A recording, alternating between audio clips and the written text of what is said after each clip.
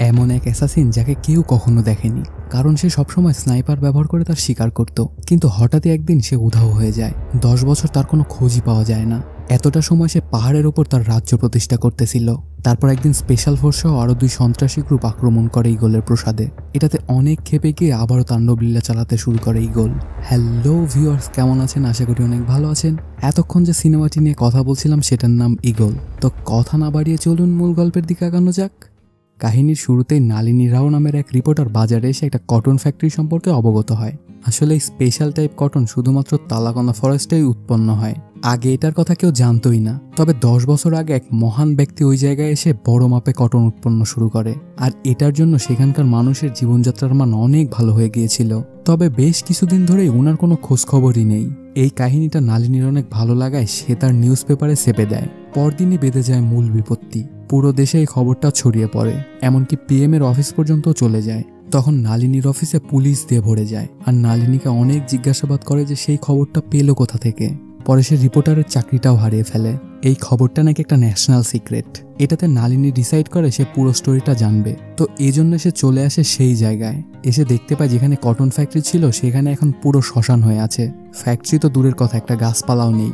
তারপর একটা মূর্তি দেখতে পায়, সেটাতে একজন ফুল দিয়ে যায়। লোকটাকে ওই মূর্তিটা সম্পর্কে জিজ্ঞাসা করলে এক রাতের কথা বলে সে। সেদিন নাকি ওখানে স্বয়ং মৃত্যুদূত এসেছিল। তারপর নালিনী সেখানকার থানায় চলে আসে। অফিসারটাকে কটন মিলের মালিকের কথা জিজ্ঞালে বলে সে মানুষ না, প্রাকৃতিক দুর্যোগ ছিল। এগুলো তোমার না জানাই ভালো। সেই রাতে এমএলএও কিছু করতে পারেনি, আর তুমি তো তুচ্ছ একজন রিপোর্টার। এটা শুনেই নালিনী সেই এমএলএর বাসায় চলে আসে। গিয়ে দেখতে পায় এমএলএটা ট্রিটমেন্ট নিচ্ছিল। তারপর যখন ওই পাহাড়ের কথা তুলে সাথে সাথে এমএলএ পুরো ভয়ে কুকিয়ে যায় আর বের করে দেয় নালিনীকে। তারপর এমএলএ পিএসকে ব্ল্যাকমেইল করে তাকে গল্পটা বলতে মানায়। বলা শুরু করে ভিকাস। ওই পাহাড়ে যে থাকতো তার একটা বড় মহল ছিল। তার অনুমতি ছাড়া কেউই সেখানে ঢুকতে পারতো না। তার একমাত্র সহকারী ছিল জয়। একদিন এমএলএ শমশের রেড্ডির ভোটের মিছিল করার সময় একজন গেটের ওপার দিয়ে একটা লিফলেট ছুঁড়ে মারে। সাথে সাথে এন্ট্রি নেয় সাদেব আর ধনুক নিয়ে তীর ছুঁড়ে। লিফলেটটা মাটিতে পড়ার আগে সেটা সহ তীরটা গিয়ে লাগে যে লিফলেটটা ছুঁড়েছিল তার গায়ে। তারপর সবাইকে খুব করে শাসিয়ে দেয় যে এমন কাজ যেন দ্বিতীয়বার না হয়। তারপর ওরা সবাই এসে শমশেরকে বলে কাহিনীটা। ঠিক তখনই শমশেরের সাথে দেখা করতে আসে বড় বিজনেসম্যান রাজেশ রোমানি। সে এসেই বলে ওই পাহাড়টা আমার চাই, এর জন্য তোমাকে আমি 300 কোটি টাকা দিব। যেভাবেই হোক সেটা আমাকে দিবে তুমি। ওখানে বক্সাইট আছে, ওটা শুধু আমার। এগুলার কোনো কিছু না বুঝেই শমশের ডিলটা ফাইনাল করে দেয়, কারণ 300 কোটির ব্যাপার তো। এতটুকু বলে ভিকাস গল্প বলা বাদ দেয়। তারপর নালিনী সেখান থেকে চলে আসে। বাসে উঠতে দেখতে পায় তার জন্য অপেক্ষা করছিল প্রমোদ নামের এক র এজেন্ট। তারপর নালিনীকে নিয়ে একটা সেফ হাউসে আসে প্রমোদ। সে জানায় তুমি যেটা বক্সাইড স্টোরি মনে করছো ওটা তার থেকেও ভয়ঙ্কর। ওই পাহাড়ে যার প্রসাদ ছিল সে বিশ্বের টপ অ্যাসাসিন ঈগল। কাহিনীটা আবার ফ্ল্যাশব্যাকে চলে যায়। এখন বর্ণনা করছিল প্রমোদ। হঠাৎ একদিন প্রমোদকে র এর হেড অফিসে ডাকা হয়। সেখানকার বস গায়ত্রী প্রমোদকে একটা মিশন দেয়। 10 বছর আগে ভ্যানিশ হয়ে যাওয়া ঈগলকে খুঁজে বের করতে হবে তাকে। সেটার জন্য প্রমোদ একজনের কাছে এসে ঈগলের সম্পর্কে জিজ্ঞাসা করে। লোকটা অনেক বড় সন্ত্রাসী হওয়া সত্ত্বেও ঈগলের নাম শুনে এতটা ভয় পেয়ে যায় যা বলার মতো না। তারপর প্রমোদকে নিজের বাসায় নিয়ে আসে। বেসমেন্টে বসে বলতে থাকে 15 বছর আগে এক বড় মাপের সন্ত্রাসীকে মারার কন্ট্রাক্ট পায় ঈগল। এটার জন্য সন্ত্রাসীটা একটা বুলেট প্রুফ বাড়িতে অবস্থান করে। তারপর তাকে এক্সস্ট ফ্যানের ফাঁকা দিয়ে মেরে ফেলেছিল ঈগল। তারপর একদিন পেড্রো প্যাসকেল নামের আরেকজন গডফাদার আসে ঈগলকে মারতে। পেড্রোর লোকেরা খুঁজেও পায় ঈগলকে। তারপর ওই ঘর সদ্যই গুলি করে ধ্বংস করে দেয়। সবাই ভেবেই নেয় যে মারা গেছে ঈগল, কিন্তু ঈগল তার হাইড আউট থেকে স্নাইপার দিয়ে একটা একটা করে গুলি করা শুরু করে। কেউ কিছুই বুঝে উঠতে পারে না যে হচ্ছেটা কি। কিছু বোঝার আগেই সবাইকে মেরে দেয় ঈগল। তোমার এটাই বুঝে আসছে না যে তুমি ওই ভয়ঙ্কর মানুষকে কেন খুঁজতে চাও? ওর থেকে যতটা পারো দূরে থাকার চেষ্টা করো। আর ঈগলকে কন্ট্রাক্ট করার একটাই উপায়, নিউজ পেপারে পেইন্টার লাগবে বলে অ্যাড দিলেই সে নিজে থেকেই কন্ট্যাক্ট করে নিবে। আসলে ওর সাথে সকল যোগাযোগ নিউজ পেপারে অ্যাডের মাধ্যমেই হয়ে থাকে। এগুলো শুনে প্রমোদ পেইন্টারের অ্যাডগুলো কালেক্ট করা শুরু করে দেয়। পরে রিসেন্ট একটা অ্যাড ফলো করে। তারপর এসে পৌঁছে ঈগল মানে সাদেবের পাহাড়ের মহলে। এটা বলেই কাহিনী রীতি টানে প্রমোদ। কিন্তু ঈগল এখন মারা গেছে, তো ওকে নিয়ে আর তোমার খোঁজখবর না নেওয়াই ভালো। পরে সেখান থেকে বাসায় চলে আসে নালিনী। ঈগলের সাথে জড়িত সবকিছু কালেক্ট করতে থাকে সে, আর একটা ইভেন্টের সাথে আরেকটা ইভেন্টের কানেকশন দিতে থাকে। ঈগলের সম্পর্কে আরো কিছু জানতে রাত্রেবেলা এক বারে পৌঁছে নালিনী, যেখানে ভিকাস মদ্যপান করছিল। তাকে আবারও ব্ল্যাকমেইল করে ঈগলের সম্পর্কে আরো কিছু জানতে চায়। কোনো উপায় না পেয়ে আবারও বলা শুরু করে ভিকাস। একদিন এমএলএ শমশেরকে কল দেয় রাজেশ, যে কিনা ওই পাহাড় থেকে সাদেবকে সরানোর কন্ট্যাক্ট দিয়েছিল রাজেশকে। আর সেই ডিলটা ক্যান্সেল করে দেয় রাজেশ, কারণ শমশেরকে ডিলটা দেওয়ার পরপরই তার ওপর অ্যাটাক করে ঈগল। কোথা থেকে যেন রাজেশের সকল বডিগার্ডকে মেরে দেয় ঈগল। তারপর দেখা করে ওর সাথে, আর রাজেশকে এমনভাবে ধমকায় যে ওর তো কামই শেষ হয়ে যায়। ঈগলের কাছে ক্ষমা চেয়ে কোনো মতো বেঁচে যায় রাজেশ, এজন্য শমশেরকে ওই কাজটা করতে বারণ করে দেয়। এদিকে শমশেরের মাথায় একটা খারাপ বুদ্ধি আসে, এতদিন তো 300 কোটি পাওয়ার কথা ছিল, এবার বক্সাইট তুলে 3000 কোটি কামাবো আমি। তারপর সেটার জন্য চলে আসে সাদেবের বাড়ির সামনে, কিন্তু এমএলএকে দেখেও দরজা খোলে না ওই বাসার। পরে খালি গায়ে এক বুড়ো আসলে দরজাটা খুলে যায়, সাথে সাথেই ওরাও ঢুকে যায় বাড়ির ভেতরে। এসে সামনেই সাদেবকে পায়, তখন তাকে এই জায়গাটা খালি করে দিতে বলে, কিন্তু সাদেব ওকে উল্টা ধমকি দিয়ে বের করে দেয় বাড়ি থেকে। এটুকু বলেই আবারও থেমে যায় ভিকাস। তখন একজন এসে ভিকাসকে জিজ্ঞাসা যে তুমি কি কিছু বলেছ ওকে, কিন্তু ভিকাস জানায় যে না, কিছুই বলিনি। তখন ওই লোকটা পদ্মা সম্পর্কে বলতে থাকলে সেটা শুনে ফেলে নালিনী। আর পরদিন সকালে চলে আসে একটা স্কুলে যেখানে পদ্মা পড়াতো। তারপর বলা শুরু করে পদ্মা সে একটা সন্ত্রাসী গ্রুপের অংশ ছিল, কিন্তু তারা অনেকদিন ধরে বন্দুক পাচ্ছিল না। আসলে ওই সকল বন্দুকগুলো আগেই সিজ করে নিচ্ছিল সাদেব। এজন্য পদ্মা এসে একজনের সাথে দেখা করে যাদের থেকে বন্দুক নিত ওরা। সেই লোকটা যেন একটা ট্রাকে তারা ট্র্যাকার লাগিয়ে দিয়েছে। সেই ট্র্যাকারটা ফলো করে পদ্মা চলে আসে সাদেবের মহলের সামনে। পরদিন সকালবেলা শ্রমিক সেজে ঢুকে সাদেবের বাড়িতে, কিন্তু ট্র্যাকারটা ফলো করেও কোনোভাবেই ট্রাকগুলোকে খুঁজে পায় না পদ্মা। এটুকু বলেই থেমে যায় পদ্মা। সেখান থেকে নালিনী চলে আসে এক পিচ্চির কাছে। সাদেবের সাথে তার অনেক ভাব, সাদেব ওর সাথে পাবজি খেলতো। আর সেই পিচ্চিটা রাস্তা দিয়ে যাওয়ার সময় হঠাৎই নারকেল পড়তো গাছ থেকে, আর মাঝে মাঝে কাকতাড়ুয়ার মাথাও ফেটে যেত। আসলে স্নাইপার ব্যবহার করে এগুলো করতো সাদেব। পিচ্চিটা আরো কিছু বলতে যাবে, তখনই তার দাদা আসলে আর কিছু বলে না। এই পর্যায়ে নালিনী চলে আসে এমএলএর চেলা পেন্সিলের সাথে কথা বলতে। সে বলা শুরু করে সাদেবকে মারার জন্য এমএলএ চলে আসে ভেলোর গ্যাংয়ের বাড়িতে। এসেই অনেকগুলো লাশ দেখতে পায়, পরে তাকেই হায়ার করে সাদেবকে মারার জন্য। এদিকে রাত্রেবেলা একটা প্রোগ্রাম হয় সাদেবের বাড়িতে। পরে সেখানে এমএলএ তার ভাড়া করার লোকজন নিয়ে চলে আসে। জয় গাড়ি নিয়ে ভেতরে ঢোকার সময় ভাড়াটে গুন্ডাগুলো ঢুকে যায় বাড়ির ভিতরে, চলে আসে ফ্যাক্টরিতে। আর এটা সম্পর্কে জেনে যায় সাদেব। তারপর পেন্সিল এসে হুমকি দেয় সাদেবকে যে সব দিকেই আমাদের লোক, এখন তুই যাবি কোথায়, আজকেই তোর শেষ দিন। তখন সাদেব হাতে একটা বন্দুক নেয়, তারপর চোখটা বন্ধ করে ফেলে। ওকে ডিরেকশন বলে দিতে থাকে জয়, আর প্রত্যেকটা শটেই একটা একটা করে গুন্ডা মরতে শুরু করে দেয়। পরে আরেকটা বন্দুক নিয়ে পাখির মতো মারতে শুরু করে ওদের। একটা শটও মিস হচ্ছিল না সাদেবের। এটা দেখে গুন্ডাগুলো বলে বসে এটা ফেয়ার না, আমরা আছি চাকু নিয়ে আর তুমি বন্দুক। তখন ওদের সবাইকেও বন্দুক দেয় সাদেব। সবাই এক একটা করে বন্দুক নিয়ে সাদেবকে মারতে চায়, কিন্তু শেষমেশ কেউই বাঁচে না ঈগলের থবা থেকে। সবাইকে মারা শেষে পেন্সিলার পায়ে অনেকগুলো গুলি করে সাদেব, আর ওকে 2 মিনিট সময় দেয় সব লাশ নিয়ে এই মহল থেকে বের হয়ে যাওয়ার জন্য। পেন্সিলাও কোনো সময় নষ্ট না করে গাড়ি নিয়ে চলে আসে বাড়ির বাহিরে। এদিকে বন্দুক ভর্তি একটা গাড়ি নিয়ে বেসমেন্টে আসে জয়, যেটার ভেতরে পদ্মা লুকিয়েছিল, কিন্তু তাকে দেখে ফেলে জয় আর চেয়ারে বেঁধে ফেলে। এদিকে পেন্সিলা গাড়ি থেকে নামলে শমশের ট্রাকের ভেতরে লাশ দেখে অনেক ভয় পেয়ে যায়। পরে এন্ট্রি নেয় সাদেব, আর শমশেরকে ওই জায়গায় আগামী 24 ঘন্টা দাঁড়িয়ে থাকতে বলে চলে যায় সে। এতটুকু বলেই থামে পেন্সিলা। এ পর্যায়ে নালিনী কল দেয় রাজেশকে। সে জানায় ঈগল আমাকে এক কয়েদিকে ছাড়াতে বলেছিল, তার কথা মতো আমি সেটাই করেছি, এর বাইরে আমি আর কিছুই জানি না। এদিকে থেকে এক টিম পাঠানো হয় ঈগলকে শেষ করার জন্য, কিন্তু তারা কেউই প্রমোদের কথা শুনছিল না।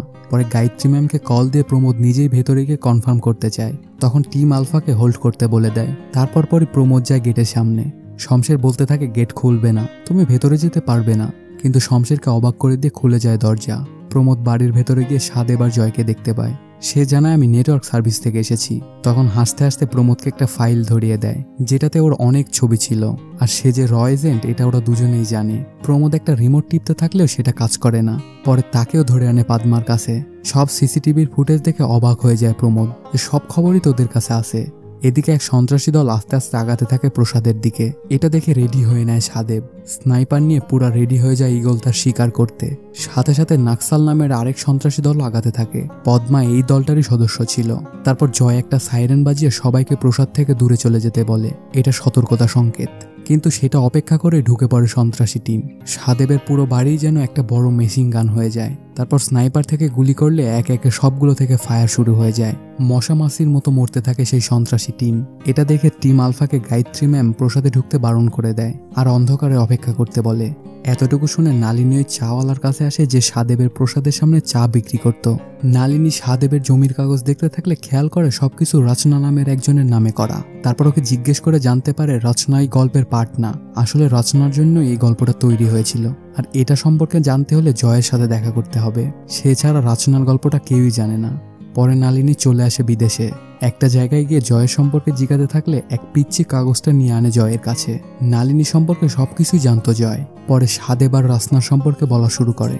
একটা টার্গেটকে স্নাইপার নিয়ে ফলো করতে থাকলে প্রথমবারের মতো দেখতে পায় রাচনাকে। প্রথমবারের মতো ঈগল তার টার্গেট ছেড়ে অন্য কিছুতে মন দেয়। তারপর তিনজন মিলে রচনার থেকে ফোন, ওয়ালেট সবকিছু কেড়ে নেয়। এটাতে খেপে যায় সাদেব আর একজনের পায়ে গুলি করে। পরে অন্যজন বুঝতে পেরে রচনাকে সবকিছু ফিরিয়ে দেয়। কিন্তু এই কাজটা কে করলো সেটা খুঁজেই পায় না রচনা। তারপর থেকে সবসময় ঈগল ফলো করতে থাকে রচনাকে। সে যেখানেই যেত ঈগল সেখানেই যেত।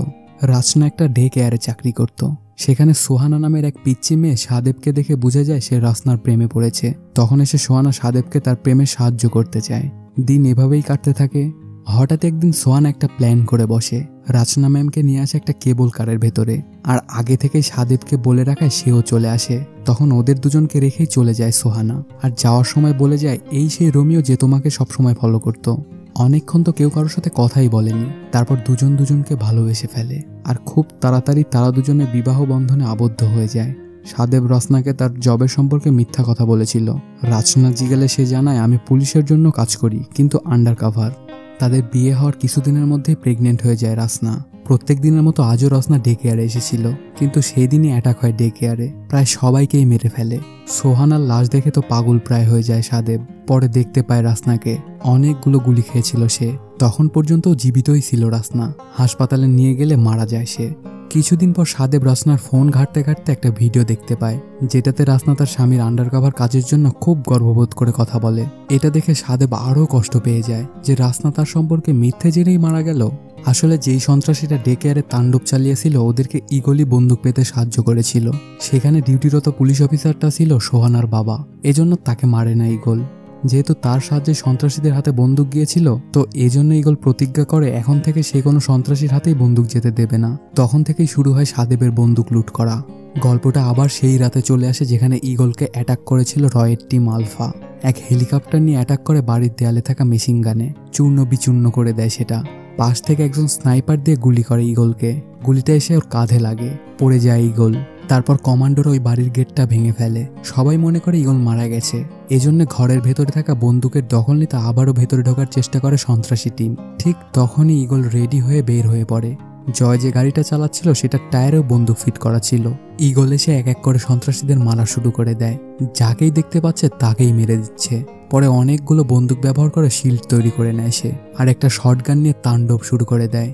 এদিকে ওই হেলিকপ্টার থেকে মেশিন গান দিয়ে গুলি করতে থাকে সাদেবকে। মেশিন গানের গুলি ফুরিয়ে গেলে ঈগল এক আজব কাণ্ড করে বসে। তার হাতে লাগানো রিমোট দিয়ে পাশে থাকা একটা মূর্তির হাত কন্ট্রোল করে, যেটার প্রত্যেকটা আঙ্গুলে ছিল এক একটা মেশিন গান। ফায়ার শুরু করে দেয়। মানুষের লাশের যেন আড়ত লেগে যায়। আর অনেকক্ষণ গুলি চালানোতে হেলিকপ্টারটাও ধ্বংস হয়ে যায়। তারপর একাই ওই বিশাল দরজা মাটি থেকে উঠিয়ে আবার লাগায় আর সবাইকে চলে যেতে বলে। তখন টিম আলফার ক্যাপ্টেন গায়ত্রীর কাছে ফাইটার বিমানের রিকোয়েস্ট করে। সাথে সাথে একটা ফাইটার জেট বের হয়ে পড়ে বেস থেকে। এই পর্যায়ে সাদেব রুমের মধ্যে এসে প্রমোদ আর পদ্মাকে বলতে থাকে এই দেশের অবস্থা খুব বাজে হয়ে গেছে, যার তার হাতেই বন্দুক। তো এটা বন্ধ করার জন্যই আমি অবৈধ সকল বন্দুক সিজ করতেছি। ঠিক তখনই প্রতাপ চলে আসে প্রসাদের গেটের সামনে। আসলে প্রসাদ সোহানার বাবা। যেহেতু সাদেব সেদিন ওই সন্ত্রাসীদের বন্দুক পেতে সাহায্য করেছিল, এজন্য সোহানার মৃত্যুর জন্য ঈগলকেই দায়ী করে সে। তারপর অবশ্য প্রতাপ সেই সব সন্ত্রাসীদের নিজের হাতেই মেরে ফেলেছিল। আর এজন্য ওর চাকরিটাও চলে যায় আর জেলে যেতে হয় প্রতাপকে। সে রুমের মধ্যে এসে সাদেবকে মারা শুরু করে। আর দোষ যেহেতু ওরই ছিল, এজন্য প্রথমে কিছুই বলে না সাদেব। কিন্তু প্রমোদ যখন তার প্রজেক্ট ধ্বংস করতে চায় তখন খেপে যায় ঈগল আর প্রমোদকে মারা শুরু করে। তারপর তাকে বলে এই 10 বছর তোমার জন্য একজন অপেক্ষা করছে। গল্পের বাকি অংশ শোনার জন্য নালিনী এবার প্রমোদের কাছে চলে আসে। তখন প্রমোদ বলা শুরু করে সেই দুর্ঘটনার 15 দিন পর আমাকে একটা জায়গায় যেতে বলে সাদেব। একটা স্কুলের সামনে গিয়ে দাঁড়িয়ে থাকার সময় একটা মেয়ে বাবা বলে দৌড়ে চলে আসে আমার দিকে। ওর নাম ভূমি। আসলে ও সাদেবের মেয়ে ছিল। রাচনা মারা যাওয়ার আগেই জন্ম হয় ভূমির। সাদেব ওকে সবসময় বলে এসেছে প্রমোদই ওর বাবা। যেহেতু সাদেবের জন্য প্রমোদের মেয়ে মারা গেছিল, এই জন্য নিজের মেয়েকে সে প্রমোদকে দিয়ে দেয়। এদিকে সেই রাতে প্রমোদের সাথে মারামারির পরে সবাইকে বাহির করে দেয় ঈগল আর পুরো বিল্ডিংয়ে টাইম বোম সেট করে দেয়। কিছুক্ষণের মধ্যে বোম ফেটে যায় আর মারা যায় ঈগল।